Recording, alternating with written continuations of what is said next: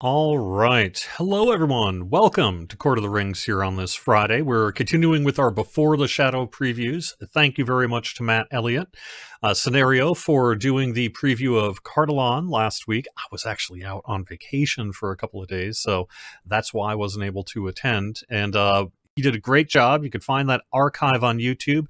This archive will also be on YouTube and Facebook a little bit later this afternoon after everything gets done processing. So thank you so much, everyone, for joining us here on Lotra Stream for this preview of Before the Shadow. Let me introduce my guest, which is lead world builder and lore master, Chris Pierson. Hey, how you doing? Oh, I'm doing great. It's an honor to have you here. We don't get you on Court of the Rings too often on these Friday shows, but we've been talking quite a bit on Locher.com in a series of articles about the regions and the history of the area that players will be getting into with Before the Shadow. So it seemed like a great opportunity to have you on the show this week to talk about Rings of Power for the next. No, I'm kidding. We're not talking about the thing there. So. I can't believe Isildur's horse was Sauron all along. That was nuts. We were all Sauron. That's the problem. All right. So we're not. So speaking of spoilers, we're not going to be spoiling the story of Before the Shadow here. So we want to make sure that when you experience Before the Shadow, that you have the opportunity to experience it fresh. We probably will have a few screenshots up during the show here today, showing a little bit of the region, but I deliberately picked ones that were not too spoilery, hopefully, in terms of what we'll be showing.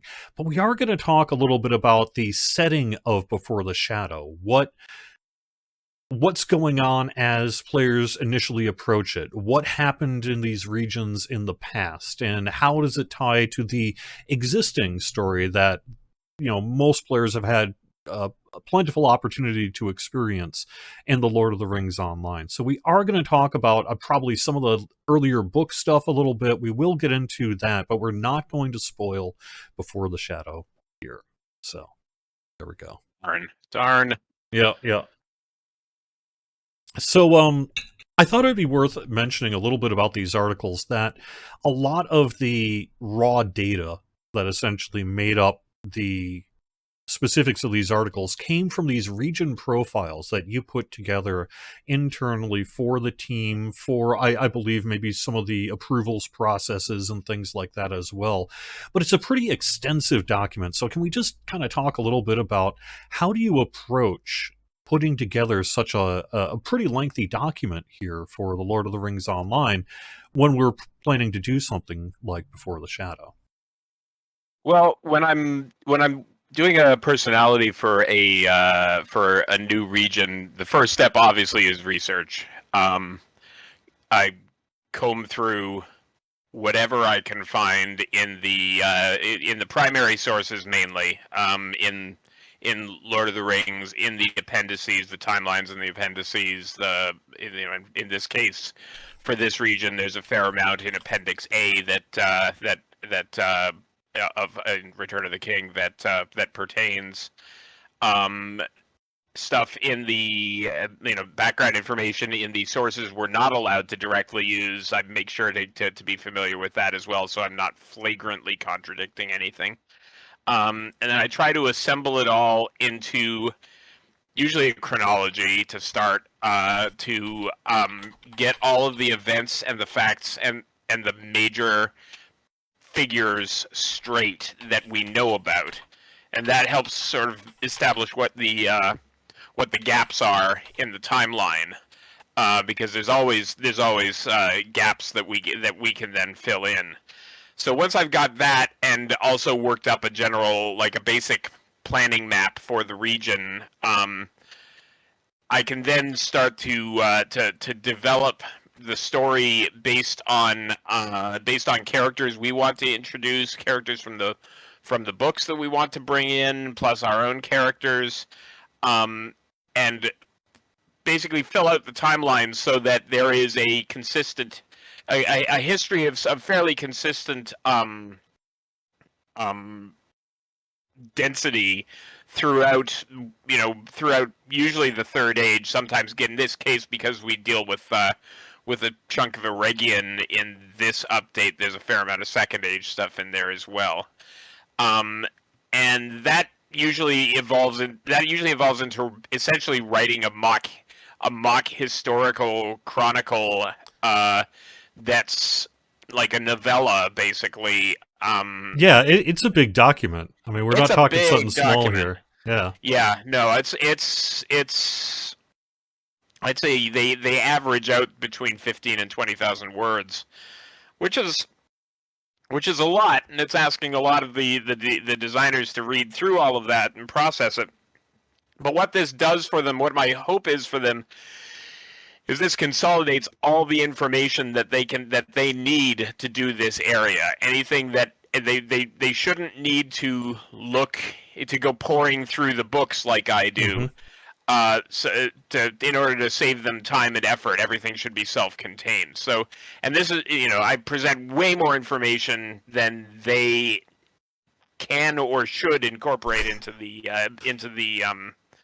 update, but it's there. So if they need to draw from stuff, they can pick the components that they're most interested in and flesh them out from there. And usually there's like a half dozen things that are very clearly like, okay, we should do something referring to this event, and or this character from the past.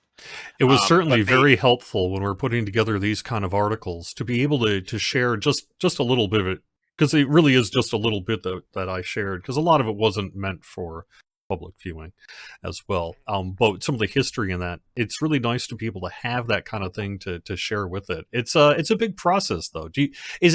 You've written professionally novels in the past. How's it compare to, say, trying to do something like a novella? well, I mean, it's different in as much as I don't have to I don't have to necessarily come up with with overarching plot and theme, although that tends to evolve into it anyway. There tends to be some the events generate the plot. There's usually some sort of mood that gets set by that, but I don't have to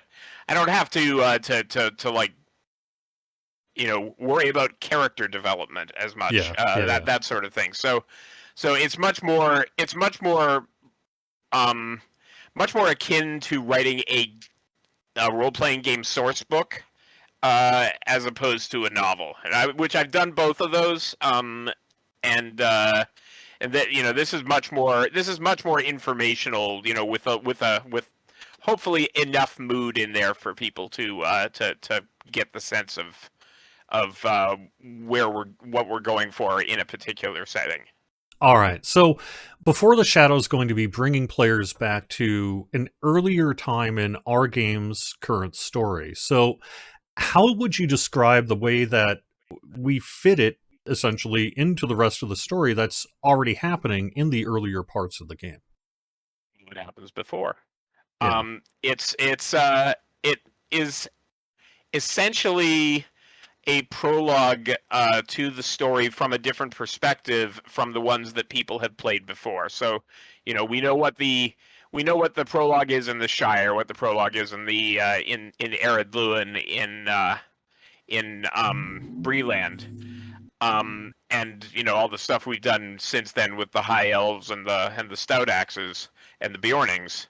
I could go on, but this is essentially giving another view of the events leading up to where the players end up assisting the Fellowship in Rivendell in our main storyline. So it's all new events, which play off of certain aspects of the novels of the Lord of the Rings that we hear mentioned in passing at times. We had talked, there's a little bit of a hint in some of the pre-purchase messaging about potentially seeing Boromir.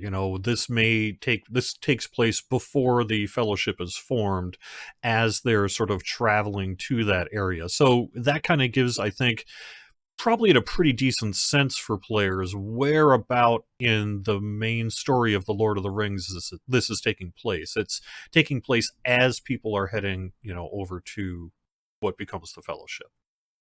Yeah, it's essentially takes place during the span while Frodo and company are heading from the Shire down the road and meeting up with Strider and so forth. But this is very much more what the heck was Boromir up to while he was wandering around. That's one part of it. It's not all Boromir all the time, but yes, I can Yeah. confirm that Boromir's in it. And because in the book we hear that he wandered for a surprisingly long span of time looking for Rivendell. Um, and and the only thing that we know about that journey is that he lost his horse at the crossings of Tharbad, and that's it. So hey, that's a wonderful storytelling opportunity for us to give a sample of what Boromir faced in his search for Imladris. We're probably going to talk about Tharbad here in a bit because it's a fairly important location for these new regions that we're talking about. I just wanted to answer quickly a technical question, which is that you can start a new character and experience a new starting area, and that new starting area is essentially a prologue to this main kind of new story bit that we're inserting to the early part of the game. So you can, if you want to, just roll up a character and experience that yourself, but you can onboard into the new story without having to do that starter instance if you want to. And so it's sort of an optional thing. A lot of players are probably just going to make a quick character to run through it. If you ever create a new character in the future, or you are a new player, you'll, I think, by default be able to go into it as long as you own Before the Shadow. But there is a toggle as well if you want to continue to run your existing previous starter instances. That works just fine, and you'll have that opportunity to do that. I've had a couple of questions on private message so far. Well, does that mean I should create my character now and just not log him in?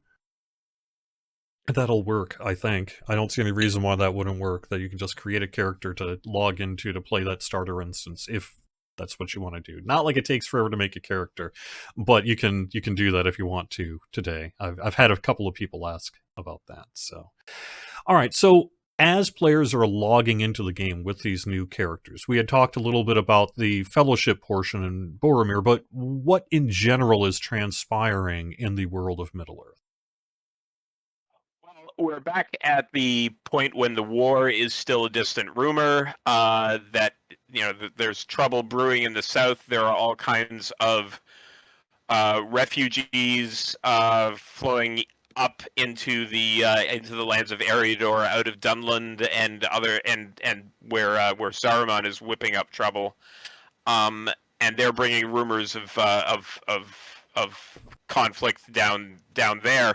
In addition, a certain batch of 9 weirdos on black horses have come tearing through, stirring up all kinds of nonsense in the area on their way from the Gap of Rohan to the Shire. So there's a lot of the after effects of their passage and of what the Witch King and some of the other Nazgul have been up to. Sorry, I had to take care of something quick. No problem. So we've got a bit of both of those things, both the Boromir journey and the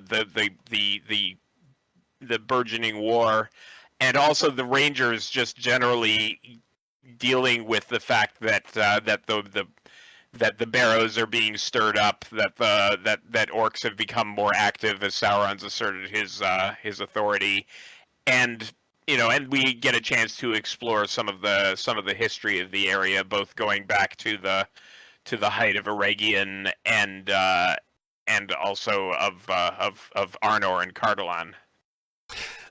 Do you want to start with Cardolan or Swanfleet? I think let's start with Swan. Happens first chronologically in history. Okay. So we mentioned Cardolan. We'll get to Cardolan here in a little bit, but this seems like a good time to delve into these new regions. We have 2 new regions coming to the game with Before the Shadow: Swanfleet and Cardolan.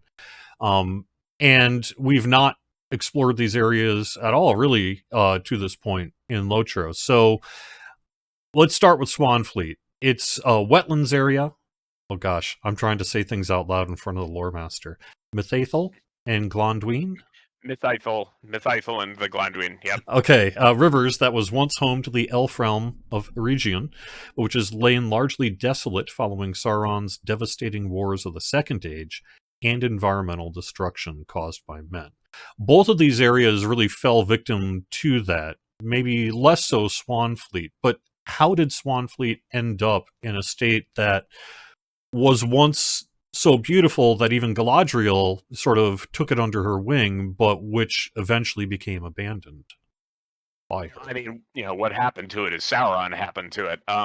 This was Swanfleet being a part of Eregion. We've already done the eastern part of Eregion. This is the western part on the other side of the stronghold of Celebrimbor. Moving through the wetlands of Swanfleet. It was once a beautiful realm. It had woodlands to charm, like you said, like Galadriel. It was one of Galadriel's favorite places when she dwelt in Eregion, and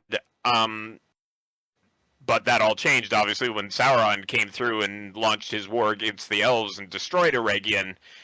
This area was laid waste in the same way that the eastern parts were, and the elves' strongholds were destroyed, and the wilderness was burned, and eventually the war headed off further into Eregion, but ended back on the edge of this at the crossings of the river, where at the Battle of Gwathlo, the elves and the men of Numenor finally defeated Sauron for the first time together.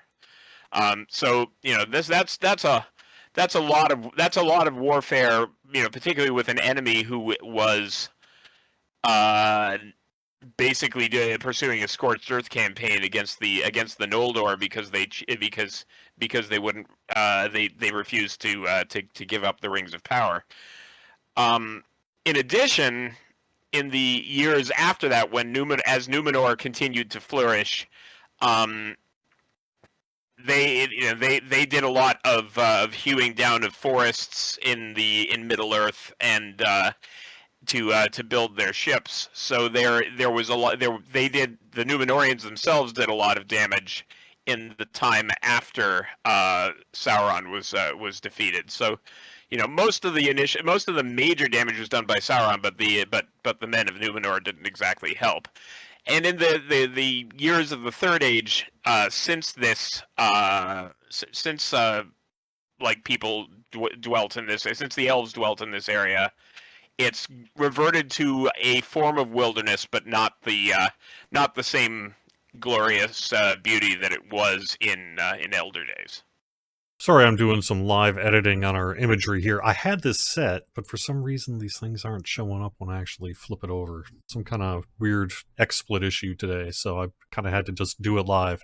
I just wanted to mention we're going to show a few screenshots here of Swanfleet while we talk a little bit about it. So we did mention Galadriel and Sauron specifically. One of the things that I found perhaps most fascinating about Swanfleet was it happened elsewhere as well, but it was really in Swanfleet that Sauron deceived people to craft the Rings of Power. That means it happened here, right?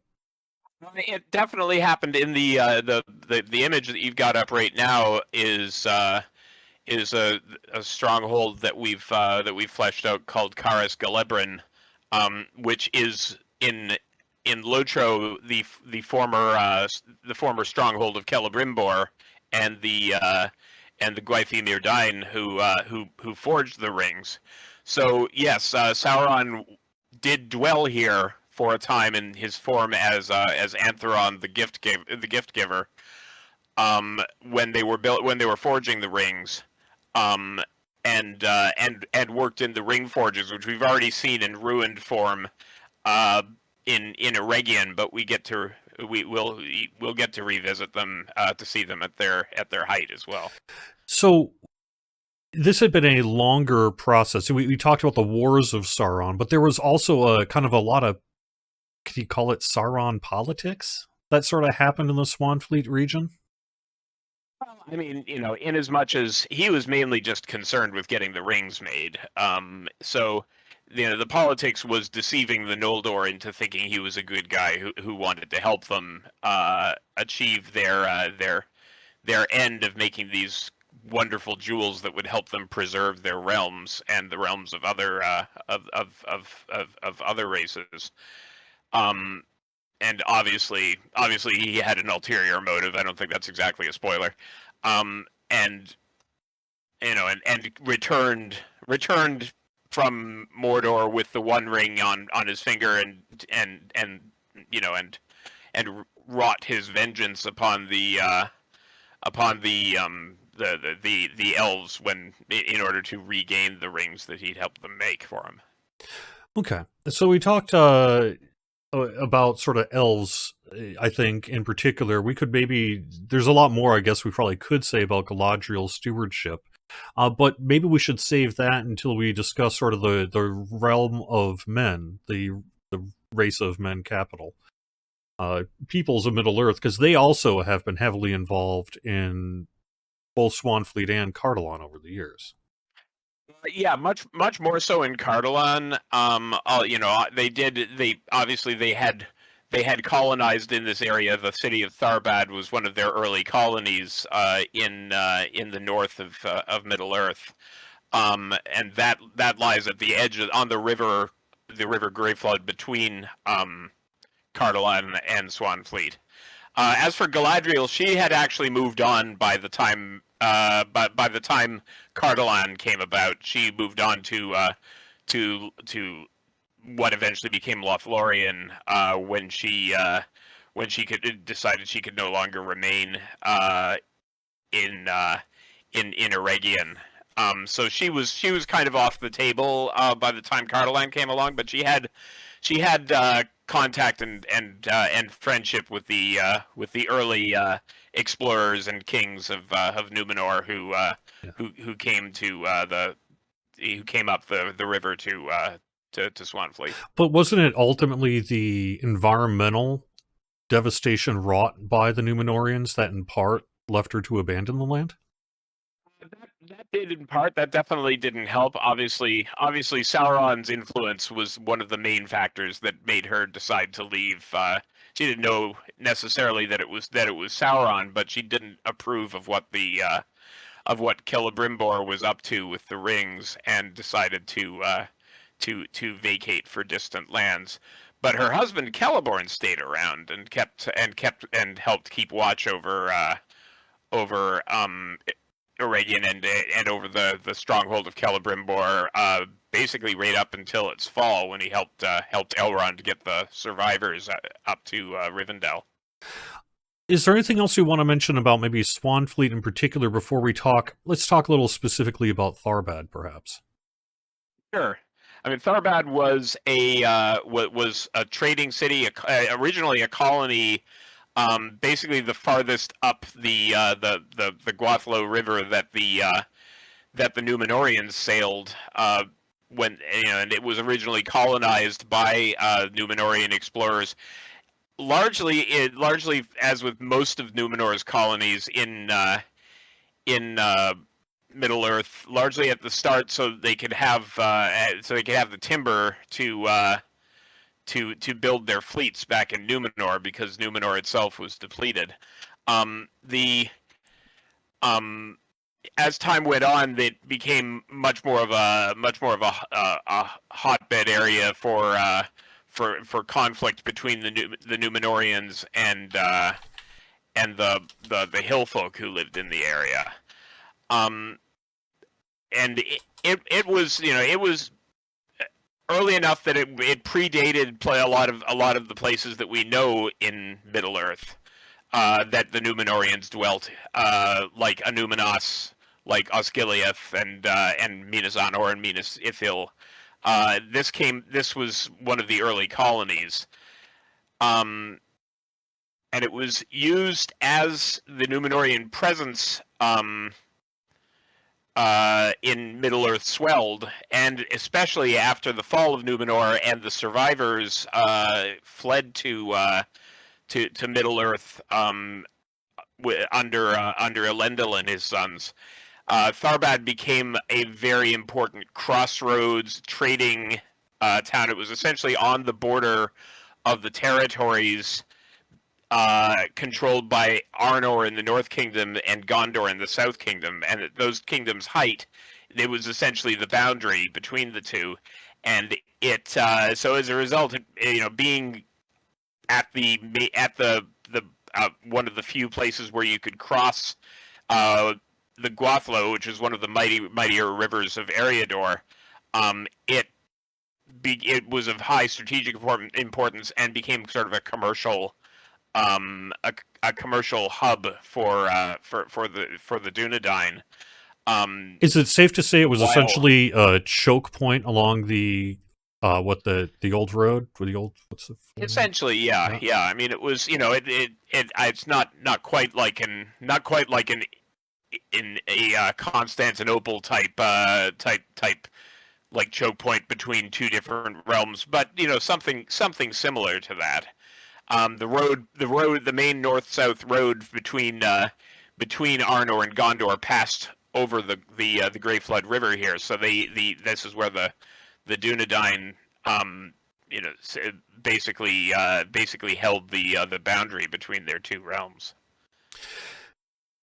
As such, it was owned by a bunch of people, a bunch of kings, and their lines of successors fought over it. But it was ultimately natural disaster that caused it to become abandoned. I mean, now we're definitely getting into the history of Cardolan. So if we're shifting over there, sure. Yeah.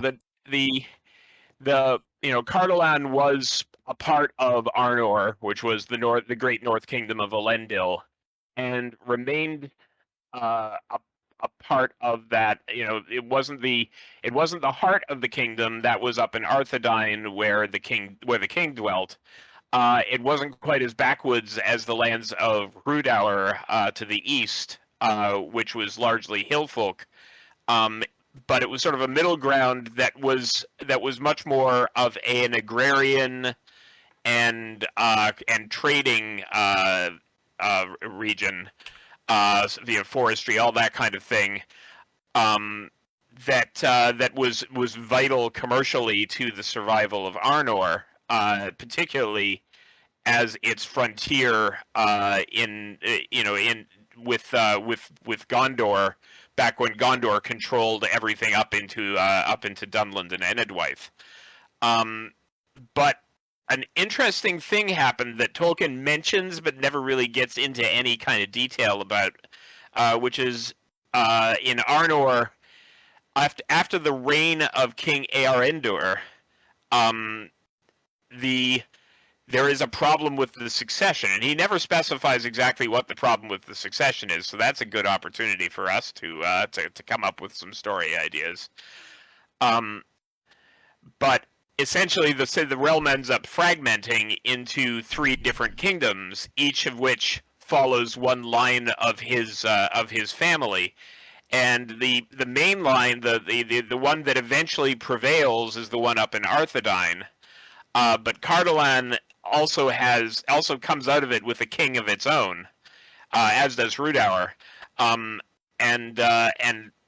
For a time, Cardolan, Rhudaur, and Arthedain all fought with each other over who was which had the correct line of succession, and who should control the territory on their borders, particularly the Tower of Amansul at Weathertop.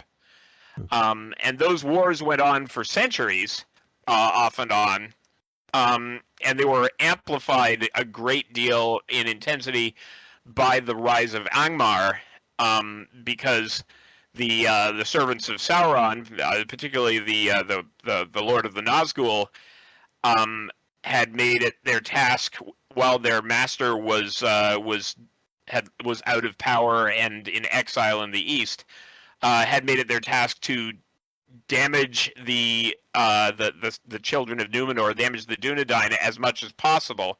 And the Lord of the Nazgul came up to the north specifically to and founded the realm of Angmar, specifically to do as much harm as possible and eventually flat out destroy the kingdom of Arnor and its descendants. So he came into an area that was already in conflict and had been for a few centuries, and used his influence to gain the allegiance of the men of Rhudaur against the rest of the Dunedain, against the Dunedain kingdoms, destroy the line of succession for the in both Rhudaur and Cardolan, um, basically wipe out the line of Elendil there, and eventually destroy what remained of Arnor.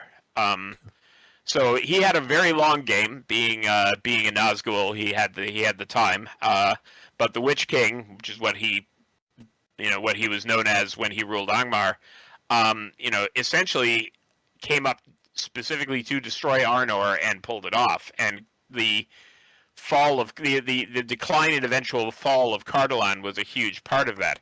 Now, in the aftermath of the destruction of Arnor, there was a lot of other stuff that happened that caused even more damage to what remained. There were people who still clung to the land there. The Rangers dwelt there, watching over the folk that still dwelt in Cardolan. There was no king or prince anymore, but there was some stuff going on.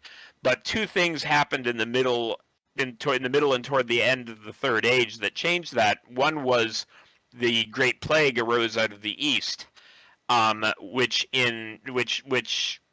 swept through Hrun and Hrvanion and devastated huge chunks of Gondor, and eventually made it up as far as the Shire. On its way to the Shire, it passed through Cardolan and basically devastated the population that still remained there.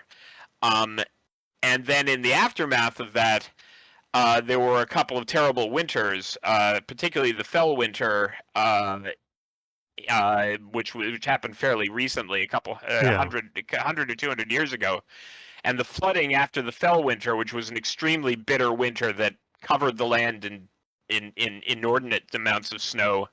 All of that had to melt at the end of the Fell Winter. It caused the rivers to overflow, and given that that Tharbad was built essentially on reclaimed wetlands on the margins of Swanfleet, it was inundated, and the last people who still dwelt there in the diminished semi-ruined city had to flee, and the city just completely fell into ruin at that point. The bridge broke.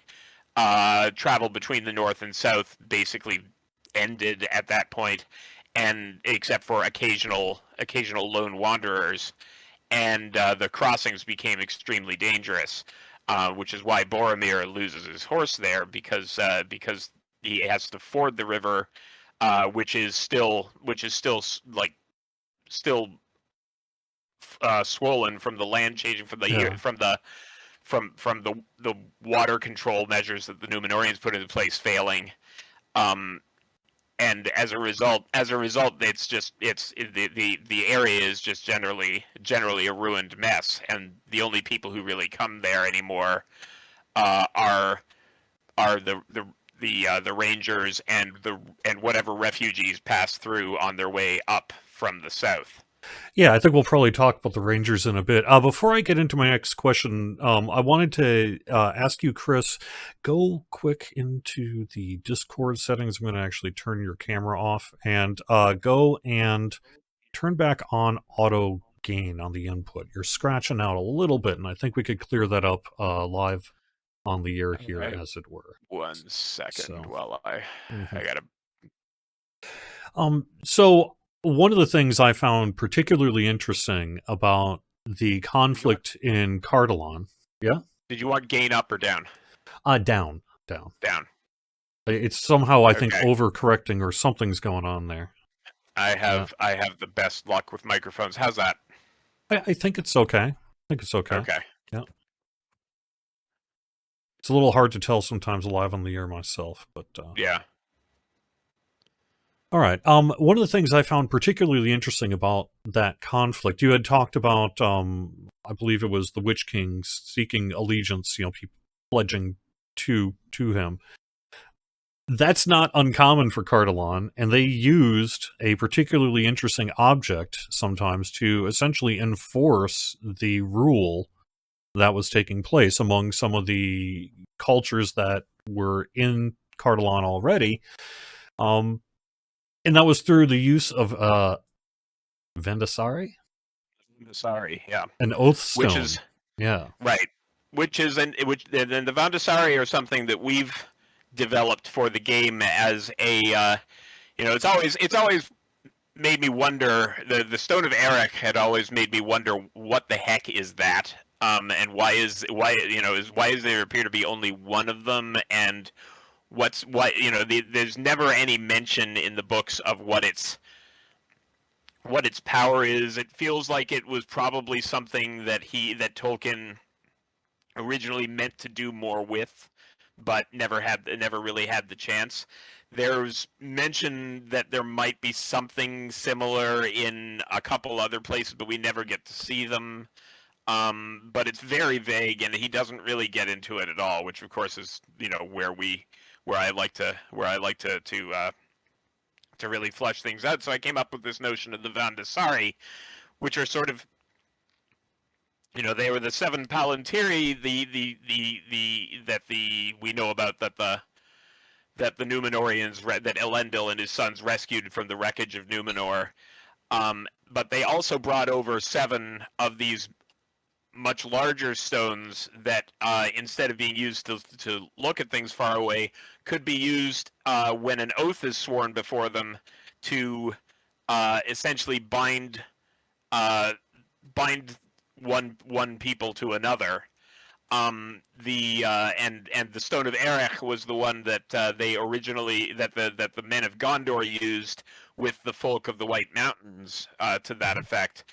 Breaking an oath at one of the oath stones is really bad, and that's essentially what caused the men of Erech to become the army of the dead, because of Isildur's curse. We've been, over the course of the game, we've been introducing other Vandasari at places along the way, and this is one of the ones that we haven't. This was the site of one of the ones that we haven't really used much. We basically decided that since there were 7 of them, they were each placed at around the boundaries of the 2 kingdoms. The one in the north didn't need one in the west because all that was west of them was elves. But everywhere else, they were surrounded by men of various types that could be hostile to them. And one of the, like the men of the mountains in the White Mountains, like the Haradrim and the Easterlings down in Gondor. Up here, a lot of it was hillfolk. In Arnor, there were hillfolk in Rudour, and there were hillfolk that were essentially the progenitors of the men of Angmar, of the Dunlendings, and of the Bree folk. They're basically the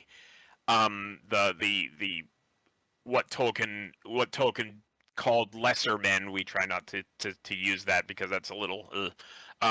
But those men who were not Númenóreans who dwelt in this area, and because the Númenóreans were colonizers, and because they were they were essentially taking the land from the hillfolk, it made sense to me to introduce this concept of the oath stone, with which the early benevolent kings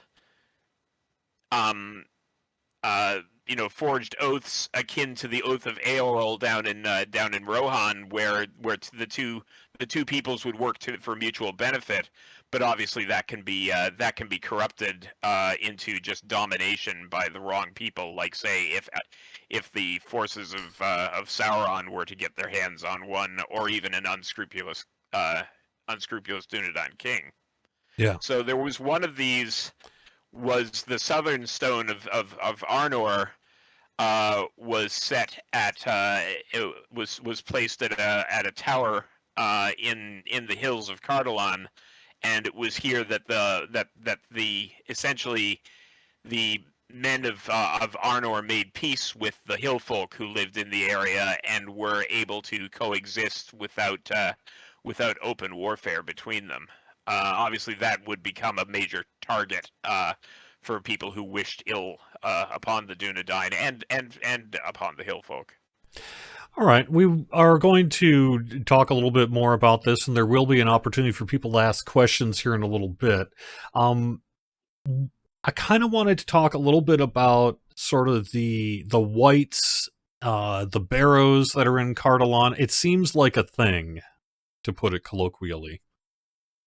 Yeah, I mean the Barrows are interesting because they go back to ages even before Swanfleet was settled. They're probably the most ancient thing in the region that we've developed, and Tirn Gorthad up in the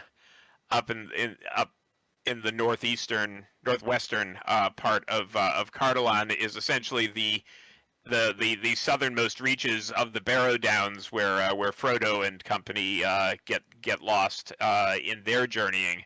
Uh, and the Barrows there date back to the Edain, who were the men from which basically all others in this area descended in one way or another, including the Númenóreans. But they're from like the first age. They're prehistoric, and therefore there's not a lot known specifically about who the people are who are buried there. Although they became venerated by the folk of Cardolan as sacred places, and even as a place for them to entomb their dead. So it became a because it was filled with lots of ancient artifacts and dead things. It became a major target for the Witch King of Angmar when he made his war against the Dunedain. He was able to essentially reanimate the Barrow Wights, not by raising the dead, but by placing the fell spirits under his command from Angmar into the bodies of the Barrow Wights, and making essentially a second army that didn't sleep, with which to wipe out the Dunedain in the last days of Cardolan. And now that after that they fell silent for a while because the Witch King left. He got driven out by the elves and the men of Gondor, who came up too late to save Arnor. But lately, because the Nazgul have passed through here, that's why the Barrow Wights have started to awaken again, because the Witch King, for the first time in over 1,000 years, is kind of up to his old mischief and causing and rousing the Barrow Wights primarily as a way to help him find the ring. But they're useful in distracting and/or harming the Rangers, who are what remain of the Dunedain that he nearly wiped out back in the height of Angmar. All right, so let's talk about the Rangers. They've been there for quite some time, protecting the land, guarding the borders, and they're still there, really, at this point, still, when we go into Before the Shadow. Absolutely. I mean, this is prime ranger country. This is the wilderness where terrible things lurk, both in the forms of wights and of wargs and wolves and orcs and all and the other their other trolls come into this area sometimes. The the Rangers are there to protect the north and keep an eye on the the movements of the enemy, and try and keep the remnants of civilization that are what remain of Arnor safe, mainly the folk of Bree and other towns and the hobbits of the Shire. So this is an important place for the Rangers because one of the major approaches to the Shire is at Sarn Ford, where the road to the Shire, where not the main road to Arnor, but one of the roads of old crosses the river Barrenduin. Um, and at that location, again, it's another important crossing, like at Tharbad. These are major rivers. There are not a lot of places to cross. So Sarn Ford is their one of their chief watch points for making sure that nothing too bad comes across into the Shire. And of course, they kind of famously fail in that task, not through want of trying. Yeah. When the Nazgul come barreling through on their search for the ring. So they were obviously as prepared as anyone for the arrival of the Nazgul, but they also have been dealing with orcs, All, trolls, whites. Oh, okay, yeah, not at all, right? Okay, yeah. yeah. Really, well, they were paying more attention than the hobbits were, at least. So, Well, yes, yeah, they're aware they exist. yeah, So yeah. yeah. But yeah, so it's largely, Aragorn has a famous line in the books where can't quote it verbatim right now, but essentially, like, if the folk of Bree and of the area in general had any idea what was actually out there that we're protecting them from, they would be horrified. And this is one of the areas that they patrol to keep the terrible things away from the settlements of men. Yeah. All right. What else should we talk about before we kind of turn this over to our Twitch chat here to ask really whatever questions you want? It would be great if you had some questions based on what we were talking about here, but you're relatively welcome to ask about anything. Obviously, if you're not asking about story, though, you're not on the right stream here. But what are you doing here? Yeah. Anything, I guess, final thoughts we should mention here, though, Chris, that from what kind of our discussion? Yeah, not. I mean, it's been a fun area to flesh out. Both, like, there are a lot. Tolkien has a lot of blank spaces, particularly in his histories of Arnor. We don't know. He never says who ruled, even who the first king of Cardolan was. After the death of Eärendil, and the entire succession after that is kind of left open to interpretation. So interpreting is what we do. We've been able to inject a lot more new Dunedain history into this area that players will come up against, both in the form of the kings of Cardolan and the princes that succeeded them after the line of kings failed. And we'll get to bump up against a bunch of that in the over the course of the storyline. And between that and being able to explore Boromir's wanderings a little bit, it's been a great region for enriching the existing lore with our own stuff that hopefully meshes really well with what Tolkien put together. Yeah. This is a question from earlier in chat. It sounds like a good one to perhaps ask. Thank you, Nemera17, for asking it in Twitch chat. Are we going to learn anything more about the Eglain in Before the Shadow? No, spoiler light, of course. Yeah, I mean, the Eglain, they live in the area. The north. They're part of their region where they dwell is in essentially the northernmost extent of Cardolan. Up in the lone lands. So I can't say we won't bump into them. All right. Let's see. Anything else we can talk about? I can correct something, though. I gave some bad information.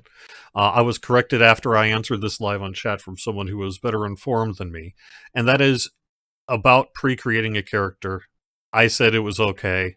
I am a liar. Do not pre-create your character.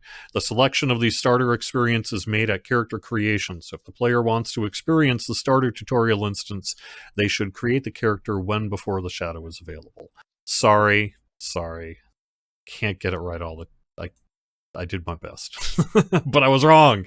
I was very wrong. So wait till before the shadow comes out to create your character if you want to play the starter instance. So, all right. When the Iron Span and Forakel will open up into Forward Waith. This one's from the Fallen Angel. Ooh. Can't really speak to that. Okay. You know, Forward Wife looks is a fun place to expand into. There are a lot of fun places to expand into in Middle Earth. So it's a place that would be fun to get to, but we don't have any solid plans to do that at this time. Yeah. Okay.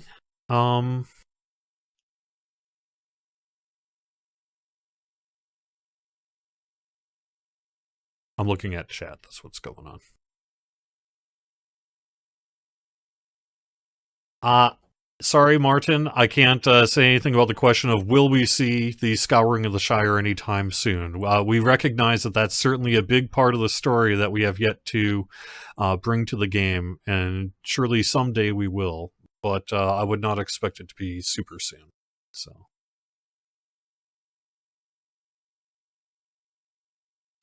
Okay, Fallen Angel has a different one here. What happened at the end of Thuring Wrath and the Morgul Vale? It kind of ended on a cliffhanger. Do you know that one? Oh, yeah.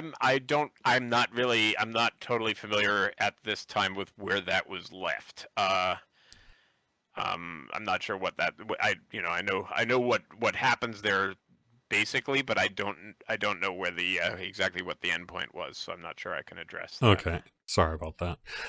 From Seabess, I believe, will we delve a bit more into the backstory of Ferndur's Red Cloud or Lareth's Great Plague? Not at this time, in large part because this is not a great time to be doing plague related storylines. So I mean, I'd like to get back to it at some point. Certainly, the Great Plague was important to this region, but there are other existential threats that are a little less have a little less real world resonance that we kind of would rather focus on right now.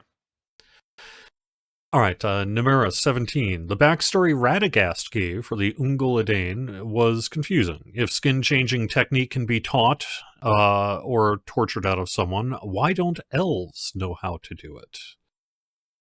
I mean, I think I remember seeing a forum post. Maybe Made Alliance made a forum post on that a long time ago.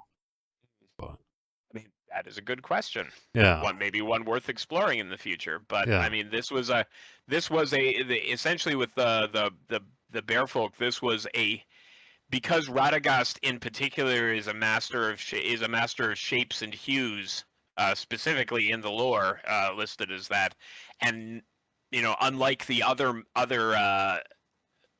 beings of similar power, he was essentially the one that taught that to people, taught that the talent of skin changing to people, and he was extremely reluctant to do so after the Ungolidain stole the secret and corrupted it from the Barthuda, from the Bearfolk. So basically the Beornings, as far as Radagast is concerned, were it, and they get to keep that secret.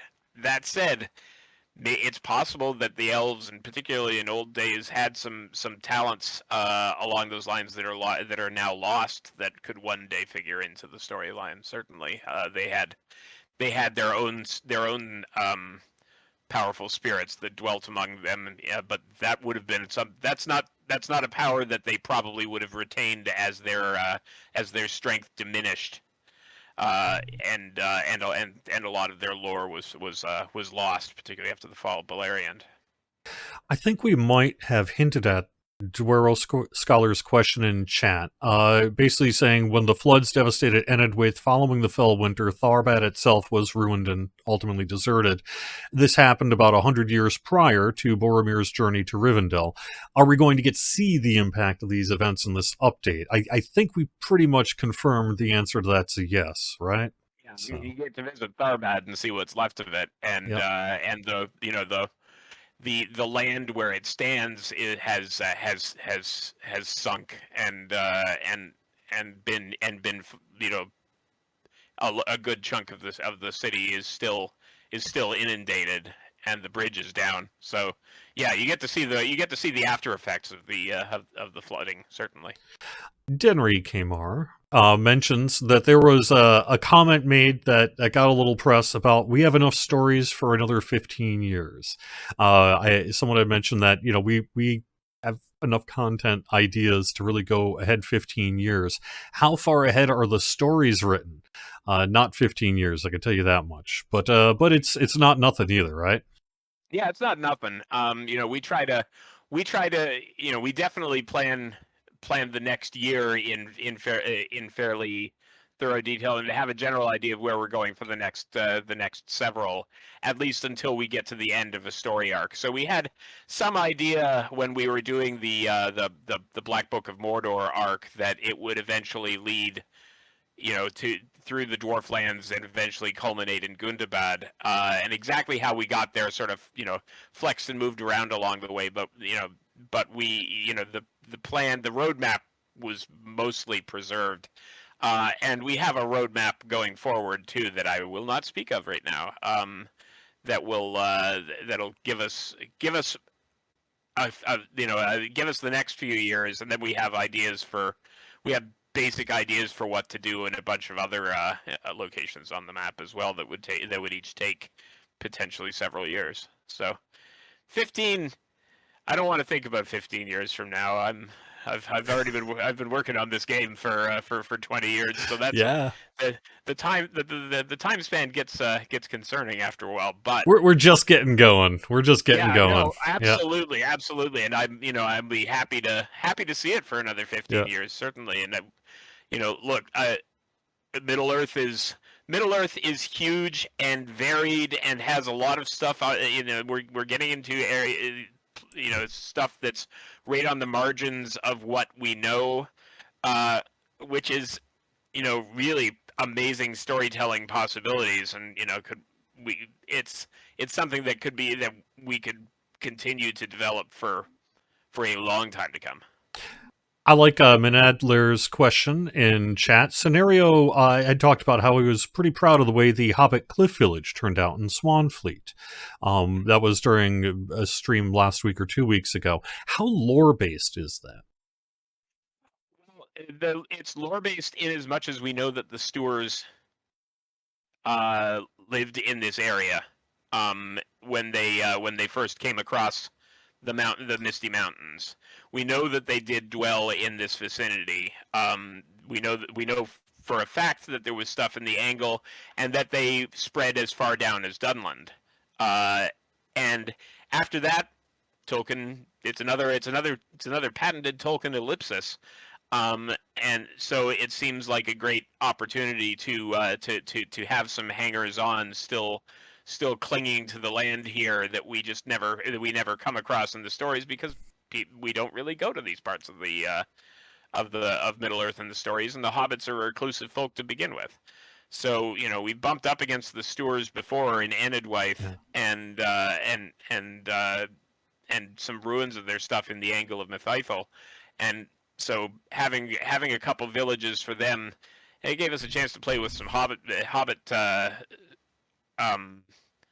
Hobbit content, which is just kind of nice to do sometimes to lighten the mood a little bit compared with the dire doings of men and elves and the forces of Sauron.